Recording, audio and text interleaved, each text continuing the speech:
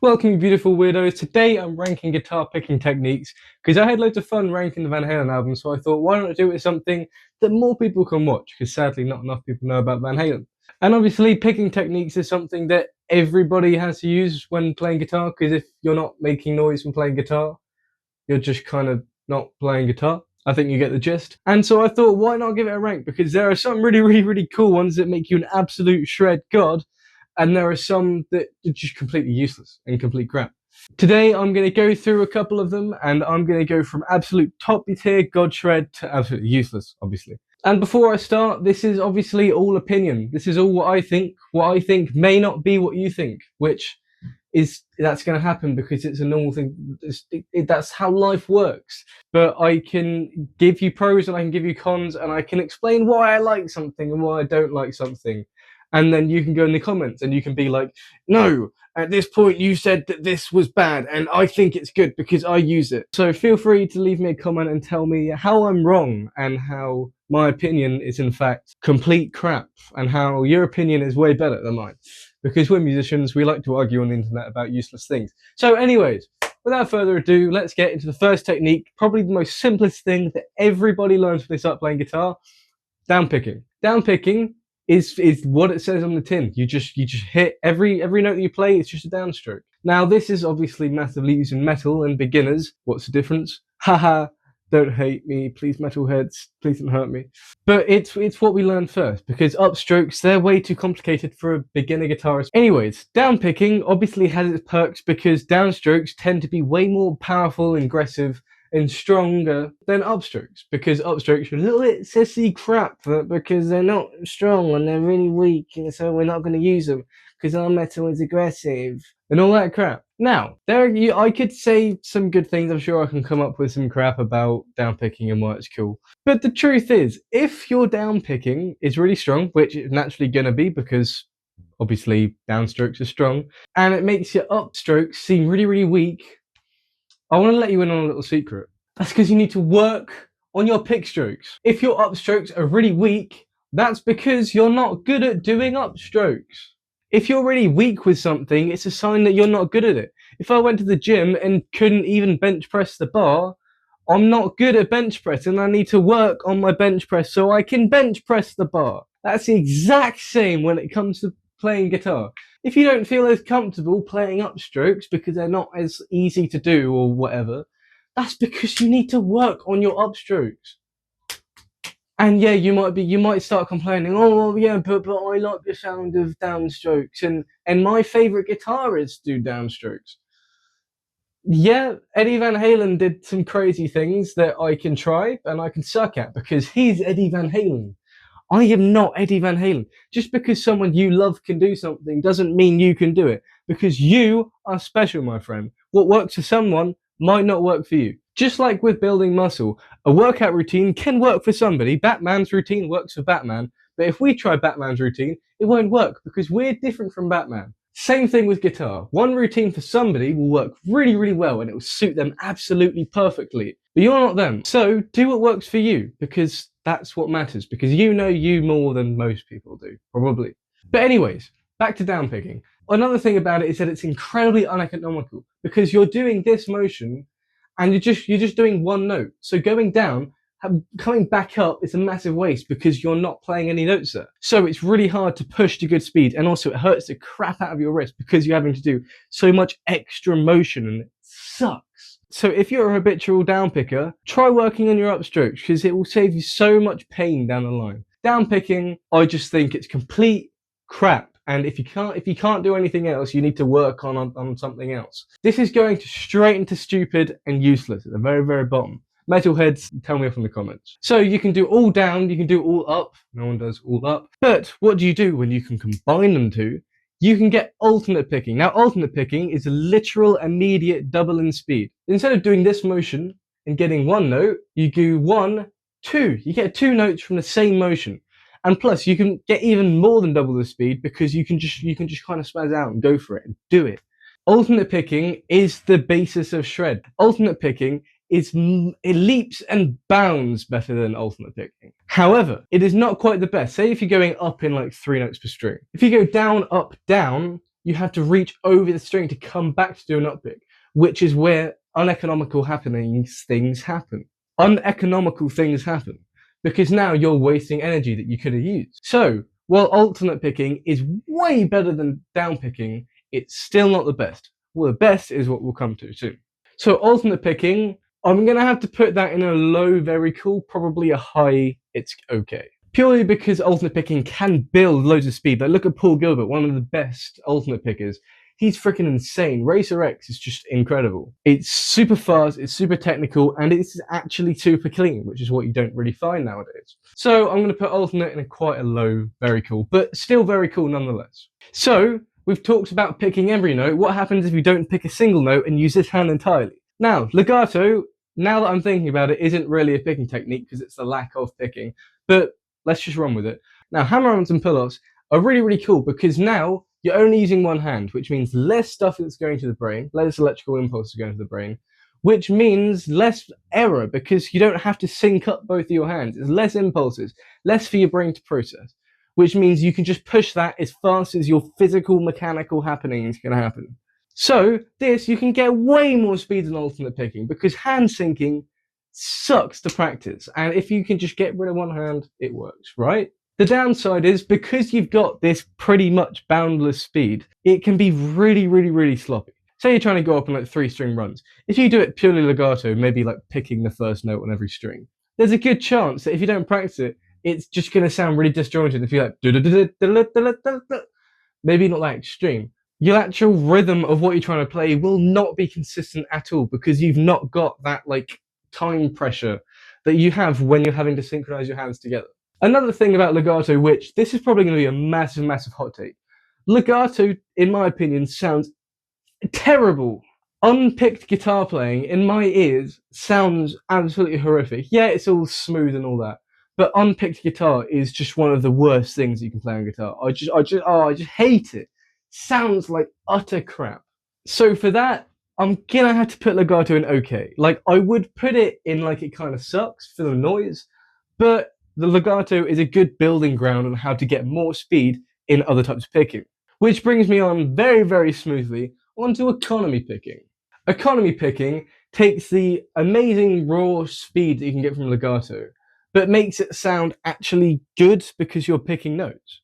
Economy is doing pretty much alternate picking, but changing picking angles. Say you go up, down, down, down, instead of going down, up, down, up. It's making your picking movements way more economical, which if it's more economical, you can push way more speed on it. Push way more speed on it, impress more people. If guitar even impresses people anymore, which probably doesn't. But you get the idea. It has the speed you can get from legato, but it makes it, sound good. Take a look at Yngwie Malmsteen, the guy that pioneered economy picking. That dude was freaking incredibly fast, and he wasn't alternate picking. Yet it still sounded like he was picking pretty much every note, because his fingers just did it. Now, a downside with economy picking is the fact that it kind of sucks to learn. Like when you're doing 3-note per string runs, and you're going up in groups of like 3 or 4, it just, the way that your fingers have to move, it just kind of sucks. And going down in 3s, you have to do like down, up, pull off, down, up, pull off, down, up, pull off, which can very, very much suck to actually learn because you got to do it really, really slowly to get the hang of it. But I promise you, once you start doing it somewhat, it gets so much easier and your brain just does it naturally. Like for me, I love economy picking. Economy picking is pretty much all I do. And because my brain has got the core principles like ingrained into it, it means when I come up with something that's completely unusual that I've not done before, my fingers can pretty much just kind of morph into what it needs to be without me having to think about it.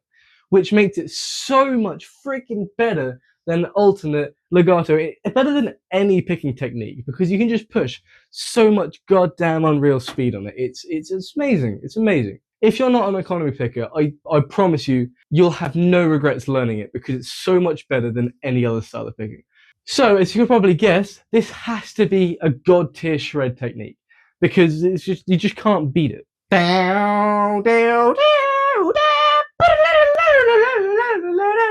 So, a little branch off economy picking is something specifically called sweep picking. Sweep picking, I'm sure you've heard of it.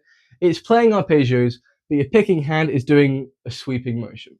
This makes arpeggios so goddamn easy to do Because instead of having to alternate pick it, who alternate picks arpeggios? Psychopaths? People that don't deserve love? Well, that's just a guitarist. But economy picking arpeggios, it's just so yummy. And you can, once you get the core principles down, again, you can just kind of do it. And you can push so much speed and sound so cool.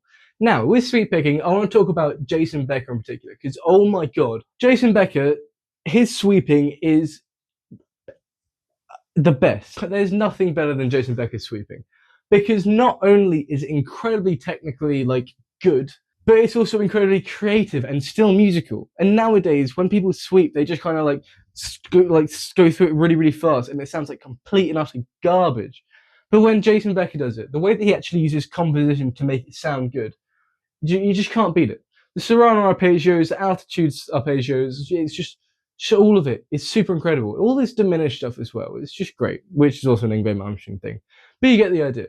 Jason Becker, just go listen to him, because you can learn so much from his music. Because he's not only a shred god, but his creativity and complexity and what he's writing is just incredible. So sweeping, I would like to put it in a god tier shred, but I think it's just below in the very cool. Okay, so next up is a technique that when you think of picking techniques, it's probably not one that you think of, but it technically is a picking technique. That's tremolo picking. Now, don't listen to the ostentatious, pretentious twats of the UK who go, tremolo picking. Oh yes, I do tremolo picking every day. It's a lovely technique. No, it's not tremolo, it's tremolo. Yes, it's spelt tremolo. Just say tremolo and stop being a freaking ostentatious geezer, man. Tremolo picking is pretty much just playing one string and just playing really, really, really fast alternate picking. That's pretty much it. And then this hand can kind of just noodle about and do whatever it wants to do. Now, a quick tip about tremolo picking. Most people do it where they just kind of shake from the arm like that. As you can tell, that's a really jerky and sucky movement. A way that I found that makes it so much easier to do it smoothly is just by minimizing the amount of movement you have to do, because obviously less movement, more speed, right? So if you hold your top knuckle still and just kind of rotate around it, so much easier. And you can just do that forever. And you can just let your hand go, and then you can just play whatever you want.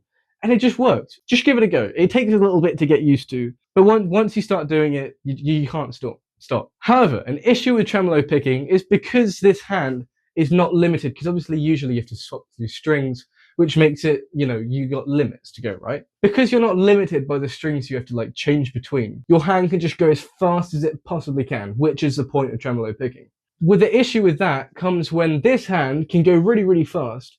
This hand can't sync up as fast. And so when people do it, it's usually playing that really fast and then kind of just spamming random notes and sounding a little bit crap. So a lot of tremolo picking can be a little bit random unless you properly train it. But no one's properly trained tremolo picking, because that's just one of the techniques.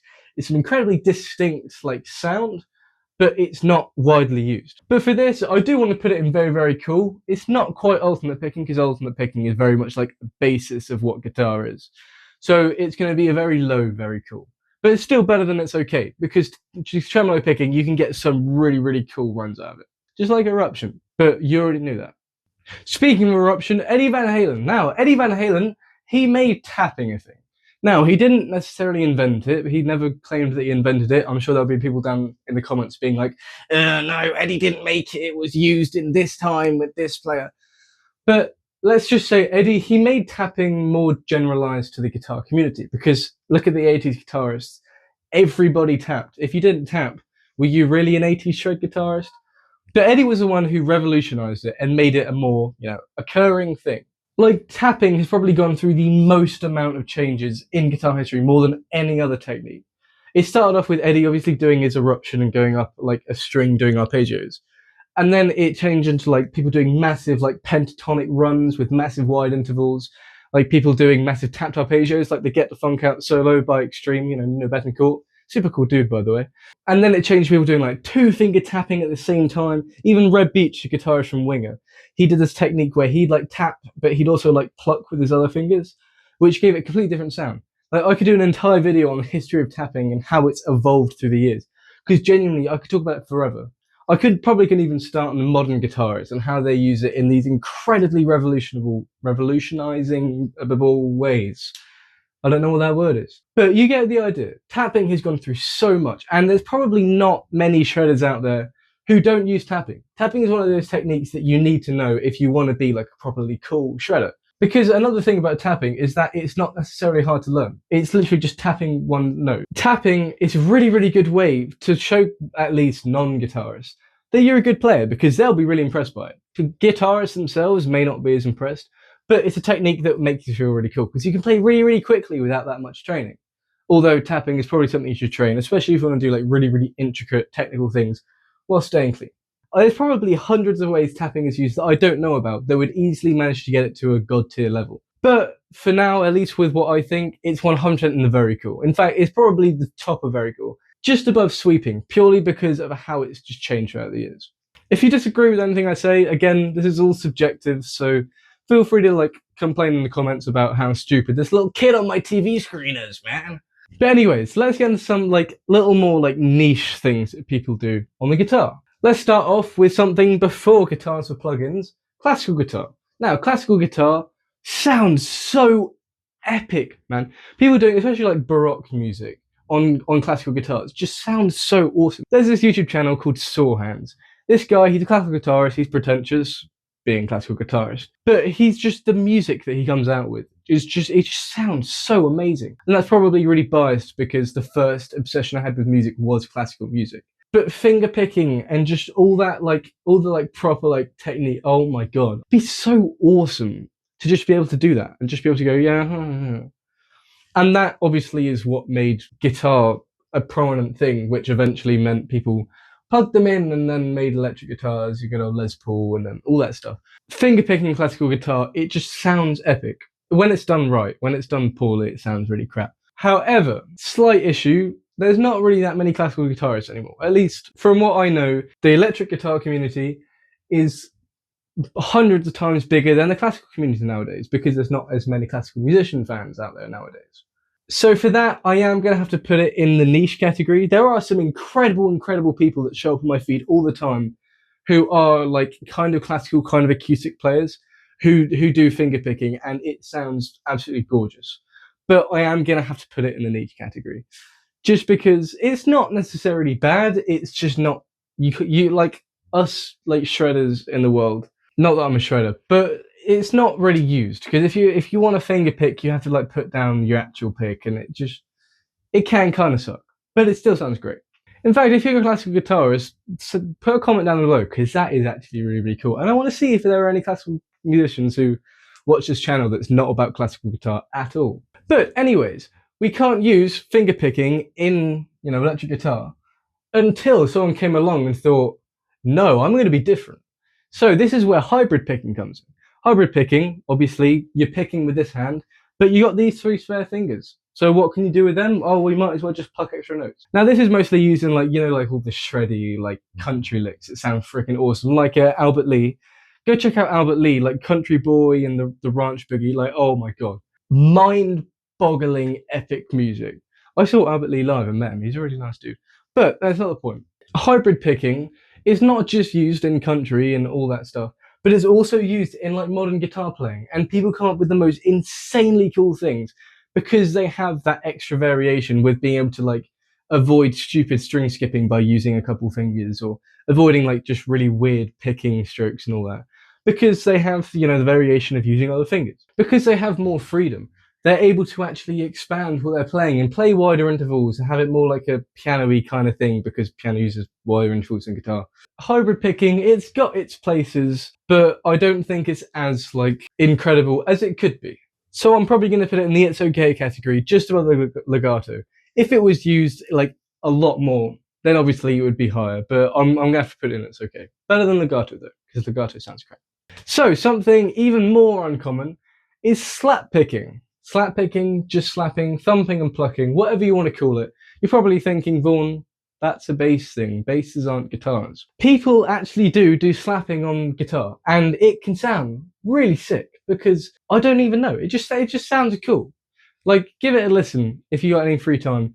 It just sounds cool. It's not something that I would ever want to do, because I wouldn't like listen to it in like a song. But seeing people online doing it, it's pretty cool. and it's kind of snazzy. But obviously, you've got slapping as like a bassist thing. And we've already taken the cool parts of bass by being a guitar, because obviously bass is just a worse version of a guitar. So it feels like if we're taking like even more of what they have left, then we're kind of rubbing it in their faces. So I feel kind of bad about that. But slapping, it's cool. I wouldn't listen to it because it's not great. But the fact that people do it is cool. For that reason, I'm glad to put it in it kind of sucks. Again, not because it's not like snazzy. I just wouldn't listen to it in music. I would say check out some like slap artists out there, because just like Angina Poitrine, you wouldn't listen to them like all day every day, but knowing that they do that kind of stuff is still pretty cool. You know, you can appreciate the technicality behind it without necessarily enjoying the music or the expression of the music. But anyways, on to the last technique of them all, modular picking. Now, there's a good chance if you're watching this video that you've got no clue what modular picking is. And I also didn't know what it was until a couple of months ago. So, Bernth, probably a YouTuber that you know. If you're here, you're a guitarist, you probably know because he's like one of the biggest guitarists on YouTube. He's a massively technical guy, and he came up with this thing called modular picking. Now, modular picking is kind of just like playing sweep picking, but in a different kind of style, which gives it like a more like a trippy sound. Like, sounds like it's got delay, but it doesn't, because you're playing like the top and bottom notes like double. However, listening to this modular picking, I don't listen to much of Bernth's actual music. I don't really watch Bernth. I know that he's a person. It sounds cool, but only because it's different. And yeah, different is cool, but I wouldn't necessarily like listen to it in like a full-on song. Like, I'm not one to listen to like proper like instrumental stuff that Bernth does, which his music is still pretty cool. Like, I've heard clips of it and it is technically awesome, as in terms of technique, it's awesome. But it's not something that I would like find myself listening to on a daily basis, even if Bernth is one of the most technical players of our time. I'm stuck between niche and it kind of sucks, because it does kind of suck, but it's the idea is cool. But that's the same with slap, so I don't know. I might put it just behind slap, only because slap has more uses and more application, whereas modular picking is just one kind of thing. So that's the list. That's what I think. I'm pretty happy with what I put there. I wouldn't really change anything. Let me know down below and we can talk about it. And maybe I'll change my mind, maybe I'll change yours. That's the fun in learning about other people's perspectives. But I just want to reiterate, none of these techniques or the people that made these techniques a thing, I don't want to throw shade in any of them, because these are incredibly like pioneering inventors of guitar itself. And all of these techniques have their places in music, obviously. If they didn't have their places, they wouldn't be techniques. It's just personal preference. I like some music, I don't like some music, just like how you guys will like some music and don't like some other music. I can't speak again. That's enough yapping. I hope you learned something, or at least had fun watching this video, and I'll see you next time. So go enjoy your day, subscribe, join the Patreon for awesome cool shred licks that you get every week, like the video, and yeah, comment, say hi. Bye bye. Enjoy your day. Wait, so if I can do a David Lee Roth like split in the air. Gah! Oh no, don't do that in the future. Don't do that in the future.